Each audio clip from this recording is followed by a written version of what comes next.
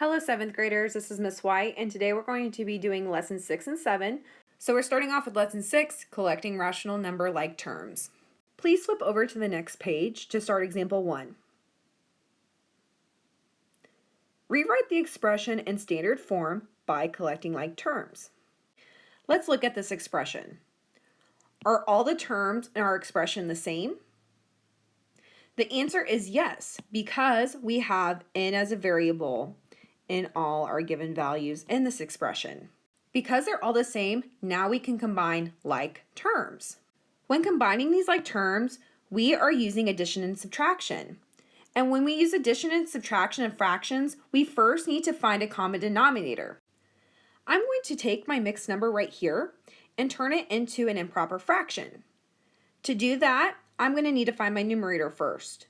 To find my numerator, I have 9 times 2, which is 18, plus 2 is 20. So 20 is my numerator, and then 9 is my denominator because our denominators stay the same. Now let's not forget that n, that is a part of our term. Then when we rewrite our equation out, we are going to have 2/3 n minus 3/4 n plus 1/6 n plus 20 over 9n. Go ahead and take this time to rewrite out this equation. Now because we are adding and subtracting fractions, we need to make sure that we have common denominators. Now here I see that we have 3, 4, 6, and 9. Our goal is to try to think of the least common multiple that all three of these numbers have. Go ahead and pause the video to take time to think about this. The least common multiple that I know that 3, 4, 6, and 9 can go into is 36.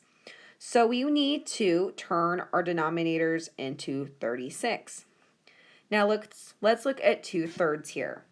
I have 2/3 n. To turn 3 into 36, I need to think about what multiplies by 3 to get 36.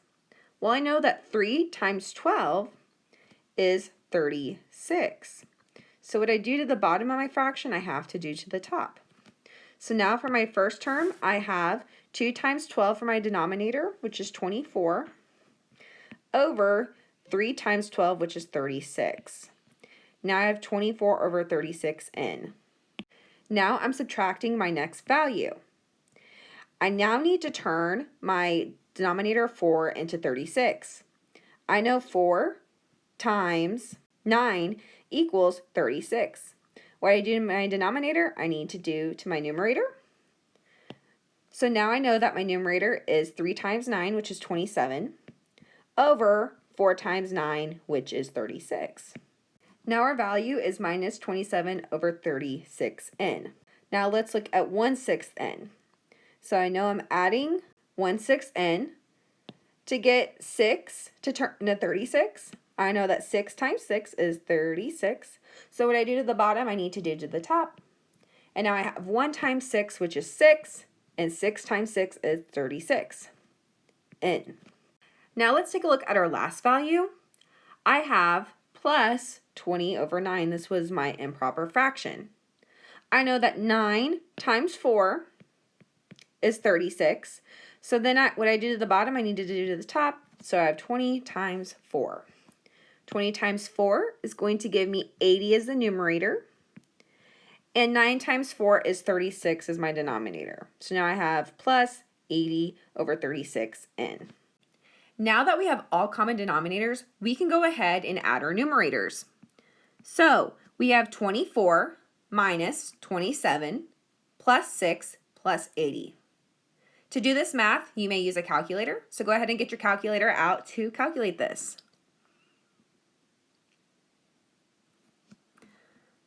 Our new numerator should be 83, and our denominator stays the same, which is 36. Now remember, we're combining these like terms, so that means that our answer is still going to follow with the variable n. As you can see, we have an improper fraction, so let's turn our improper fraction into a mixed number. So I need to think, how many times does 36 go into 82? Well, 36 can go into 82 two times. So let's take out our calculator and type in 36 times 2. 36 times 2 is going to give us 72, which means that 36 goes into 83 only 2 times. And then what is left over is 11, and that's going to go in our numerator, and then our denominator stays the same, which is 36. And then, again, because we're combining those like terms, n still stays. So our answer is 2, 11/36 n. Exercise 1. For the following exercises, predict how many terms the resulting expression will have after collecting like terms. Then write the expression in standard form by collecting like terms. So first, let's look at our expression here, and we need to figure out which terms are the same and which ones are not. So here I have 2/5 g minus 1/6 minus g plus 3/10 g minus 4/5. That was a little crazy. So let's go ahead and make note of which ones are like terms. So here I have 2/5 g. Another term like that is going to be minus g. And another term like that is going to be plus 3g. Then I'm going to look at the other values that don't have variables, and they're going to be their own terms. So I have minus 1/6 and minus 4/5. Now let's rewrite it out so our g terms are together and then our non-variable terms are together.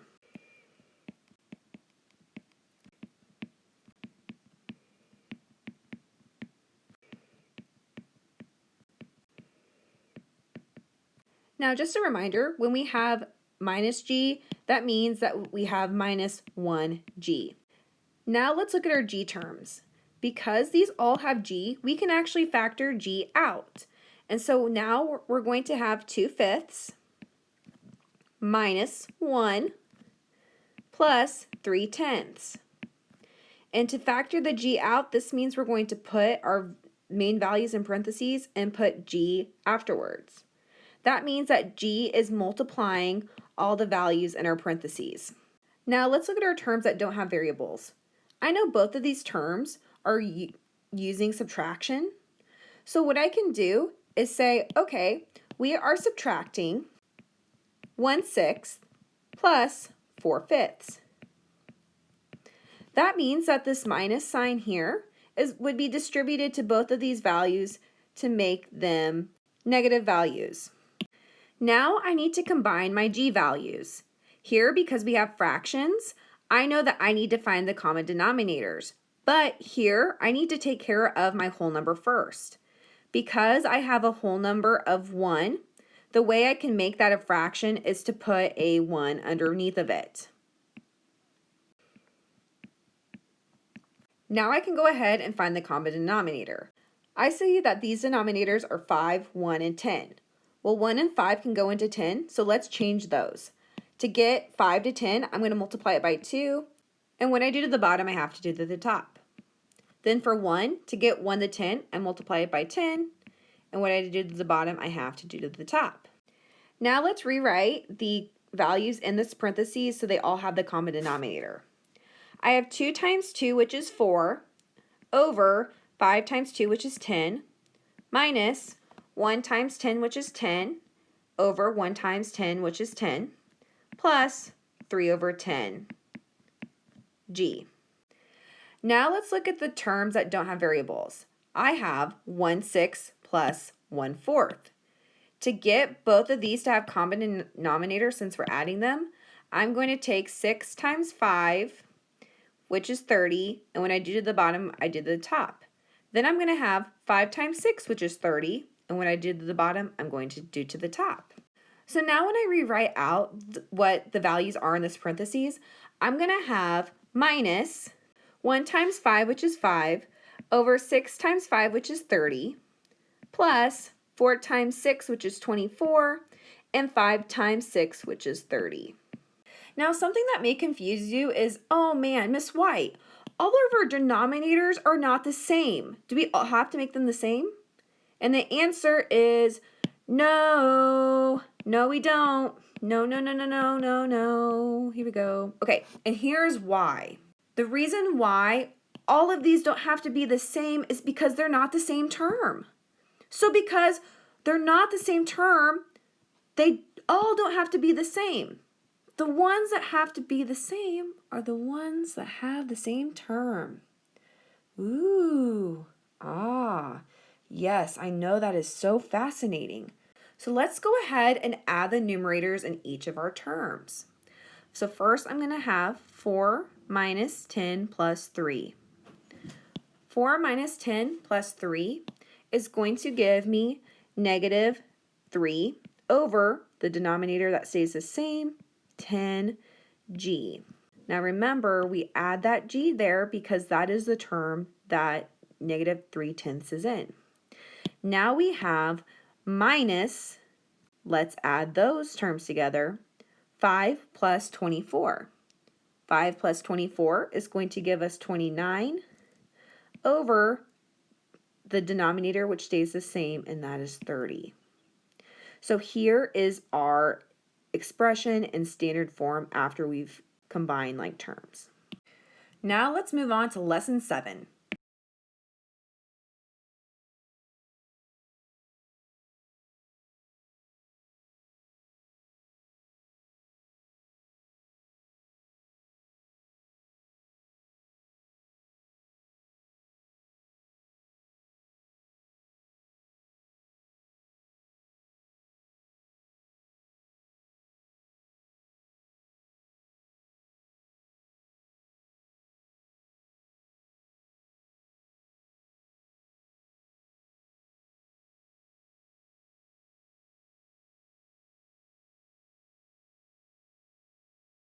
For lesson 7, let's start the exercise that is on page 45, and you can find that number down here at the bottom. Sophia pays a $19.99 membership fee for an online music store. A. If she also buys 2 songs from a new album at a price of 99 cents each, what is the total cost? Well, here I know that Sophia pays a $19.99 membership fee plus 99 cents for one song and 99 cents for another song. What is the cost that she is going to pay? Go ahead and put this into your calculator. The cost that Sophia is going to pay is $21.97. B. If Sophia purchases N songs for 99 cents each, write an expression for the total cost. Well, if each song is going to cost 99 cents each, and the amount that she purchases is N, then we're going to have 0.99 N plus her membership fee, which is $19.99. C. Sophia's friend has saved $118 but is not sure how many songs she can afford if she buys the membership and some songs. Use an expression in part B, so the one that we created up here, to write an expression that can be used to determine how many songs Sophia's friend can buy. So first we're going to start with our given expression that we had wrote in B. So 0.99N plus 19.99. Now because her friend wants to know how much she can get from her $118, we're going to take this expression and equal it to her $118. D. Using the equation written in part C, can Sophia's friend buy 101, 100, or 99 songs? So what it's asking us here is it wants us to write this equation out 3 times and substitute the value of 101, 100, and 99 in for N. So let's go ahead and start with 101. I have 0.99 times 101 plus 19.99 equals $118. When we use order of operations, we want to start with our multiplication or division. Here we have multiplication. So let's take out your calculator and calculate 0.99 times 101. 0.99 times 101 is going to give us $99.99 plus $19.99 equals 118. To prove whether it is true or false that $99.99 plus $19.99 equals 118, go ahead and take your calculator to add these two values together.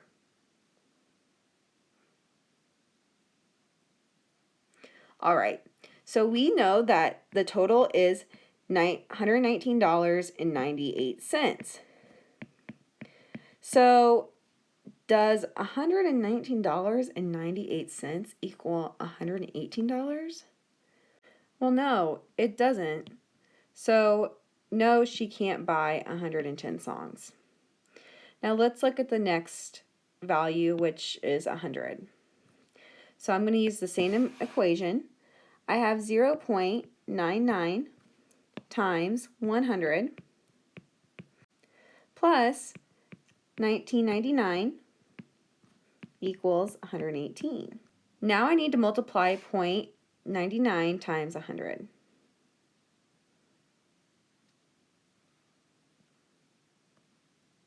All right, that's going to give me a value of $99 plus $19.99. To prove that 99 plus $19.99 equals 118, go ahead and add these values together. All right, so 99 plus $19.99 is going to give us $118.99. So does Sophia have enough money to be able to afford $118.99? No, she does not. So she cannot buy 100 songs. Now let's try to solve for if she can buy 99 songs. So we're going to use the same equation again. We're going to have 0.99 times 99 plus 19.99. Gosh, so many 99s in this problem. Okay, equals 118. Now I'm going to multiply first. So I'm going to take 0.99 times 99 in my calculator and go ahead and solve.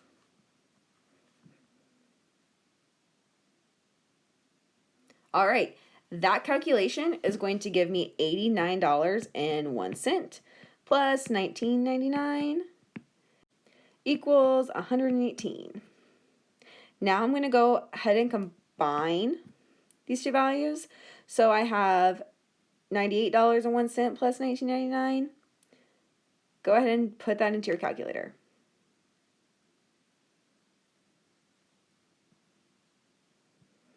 Great. The value you should have gotten for that is 118 equals 118. So first of all, can Sophia afford this? Absolutely. Are they the same values?